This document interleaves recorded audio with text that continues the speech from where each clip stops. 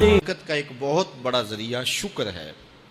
ارشاد فرمایا لَإِن شَكَرْتُمْ لَأَزِيدَنَّكُمْ، اگر تم شکر کرو گے وہ تمہیں اور زیادہ عطا کرے گا، اور اگر تم شکر نہیں کرو گے وَلَئِن كَفَرْتُمْ، کفران نعمت کرو گے، اِنَّ عَذَابِي لَشَدِيدٌ، تو پھر میرا عذاب بڑا سخت ہے۔ رزق کے اضافے کا ایک اور بہت بڑا سبب انفاق فی سبیل اللہ ہے۔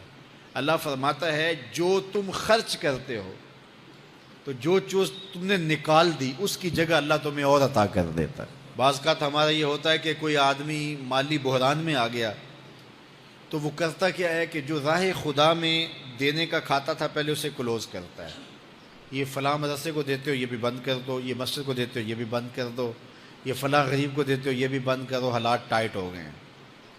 لیکن 5 گاڑیاں ہیں تو 2 گاڑیوں پہ گزارا کر لیا جائے، پیٹرول بچے، یہ نہیں ہو سکتا۔ گھر کے لچھن وہی ہیں، لیکن بند کہاں سے کیا؟ جہاں سے رزق آنا تھا۔ ہمیں تو یہ حکم دیا ہے جب رزق تنگ ہونے لگے صدقہ دے کے رب سے کاروبار کر لو، صدقے سے تمہارے رزق میں اضافہ ہوگا۔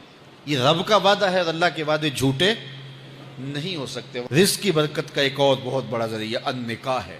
فرمایا اگر تم نکاح کرو گے، تم فقیر ہو وہ تمہیں غنی کر دے گا۔ لوگ کہتے ہیں بچہ پیروں پہ کھڑا ہو لے تو پھر نکاح کریں گے، اللہ کہتا ہے تم نکاح کرو ہم پیروں پہ کھڑا کر دیں گے۔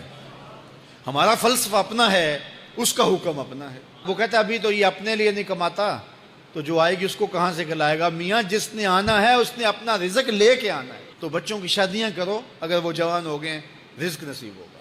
اپنے اہل خانہ کو نماز کے حکم دینے سے رزق بڑھتا ہے، چونکہ جو صبح کا وقت ہوتا ہے یہ رزق کے بٹنے کا وقت ہوتا ہے، اور جس گھر میں صبح کے وقت لوگ سوئے ہوئے ہوتے ہیں وہاں بے برکتیاں ہوتی ہیں۔ تو طلوع فجر سے لے کر کے طلوع آفتاب تک اپنی اولاد کو، بیوی کو، بچوں کو نہ سونے دیں۔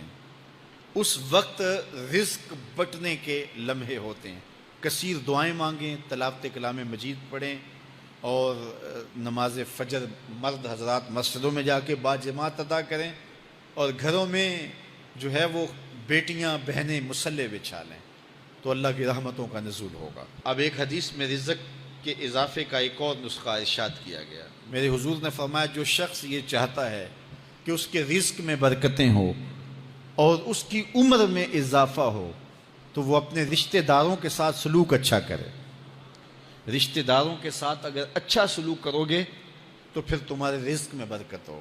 غریب ہیں تو ان کی مدد کرو، ان کی بیٹیوں کی شادیاں اپنے ذمے لے لو اگر اللہ نے آپ کو وسعت دی ہے، ان کی پریشانیاں بانٹ لو، ان کا قرضہ ہے تو اتارنے کی کوشش کرو، ان کو مشکلات سے نکالنے کی کوشش کرو۔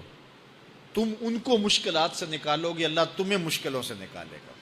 تمہارے رزق میں بھی برکتیں ہوگی اور تمہارے مال میں بھی برکتیں ہوں۔ فرمایا بہتر صدقہ وہ ہے جو ناراض غریب رشتہ دار کو دیا جائے۔ اگر وہ پھنس گیا ہے، مجبور ہے، ناراض ہے، تو اس کو اگر دیں گے تمہارا نفس اس میں شامل نہیں ہوگا، تو یہ افضل صدقہ ہے جو ہر صورت میں قبول ہی قبول ہے۔ رزق کے اضافے کا ایک اور سبب الاحسان الی الضعفاء، جو کمزور لوگ ہیں ان کے ساتھ اس نے سلوک کرنا۔ الانفاق علی طلبۃ العلم، طالب علموں پہ خرچ کرنا، یہ بھی رزق میں اضافے کا سبب اور ذریعہ ہے۔ وہ حضرت بابا فرید نے کہا نا، چھٹا رکن دین کا روٹی ہے۔ گھر میں کچھ نہ ہو تو پھر نہ نماز اور نہ ہی دیگر امور کی لذت آتی ہے، تو یہ رزق فراواں اور وسیع اور مبارک نصیب کر دے اللہ۔ تو اس کے لیے ایک اور وظیفہ میں دیتا ہوں، اور وہ یہ کہ مغرب کے بعد 21 مرتبہ سورۃ الکوثر پڑھ لیں، کثرت ہو جائے گی انشاءاللہ۔ اول خدوشی پڑھ لیں، 5-7 منٹ لگتے ہوں گے، تو سورہ کوثر 21 مرتبہ روزانہ مغرب کی نماز کے بعد پڑھیں، اور اگر بہت زیادہ مسائل ہیں تو ہر نماز کے بعد پڑھ لیں، تو انشاءاللہ آپ دیکھیں گے کہ گھر میں برکتیں اترتی محسوس ہوں گی، انوار کا نزول ہوتے محسوس کریں گے۔ تو یہ وہ رزق کے اسباب ہیں، اگر ہم اختیار کر لیں تو ہم اللہ کی خاص رحمتوں کے حقدار ہوں گے۔ اللہ ہم سب کو رزق حلال، رزق وسیع، رزق سہل، رزق مبارک، رزق فراواں نصیب فرمائے۔ علیہ السلام پر درود پڑھنے سے انسان خود سنورتا ہے، اور اللہ کی رحمتیں اس پر نازل ہوتی ہیں۔ علماء نے لکھا ہے کہ درود اللہ کی بارگاہ میں ایک دعا ہے جو اللہ کی بارگاہ میں عرض کی جاتی ہے، اے اللہ، نبی رحمت صلی اللہ علیہ وآلہ وسلم پر رحمتوں کا نزول کر۔ تو کوئی یہ دعا مانگے کہ اے اللہ اپنے نبی پر رحمتوں کا نزول کر، تو کیا اللہ تعالیٰ اس کی یہ دعا قبول نہیں کرے گا؟ تو درود ہر صورت میں قبول ہے۔ تو اس کا جو فائدہ ہوا کہ جس نے ایک مرتبہ حضور کے لیے اللہ کی بارگاہ سے رحمتوں کی دعا مانگی، تو اس کے مانگنے سے محبوب علیہ السلام پر کتنی رحمتوں کا نزول ہوا وہ تو اللہ جانتا ہے، یا جس محبوب کریم پہ نزول رحمات ہوتا ہے وہ جانتے ہیں، لیکن جو ہاتھ اٹھا کے دعا مانگے، جو ہاتھ باندھ کے درود پڑھے، ایک مرتبہ درود پڑھنے سے اللہ کی 10 رحمتیں اس پر نازل ہوتی ہیں۔ تو جو مسلسل درود پڑھے جا رہا ہے تو پھر رحمت کی برسات ہوتی ہے اس کے اوپر۔ رسول کریم صلی اللہ علیہ وآلہ وسلم نے ارشاد فرمایا، تم جہاں بھی ہو میرے اوپر درود پڑھو، تم جہاں بھی درود پڑھتے ہو وہ میرے تک پہنچتا ہے۔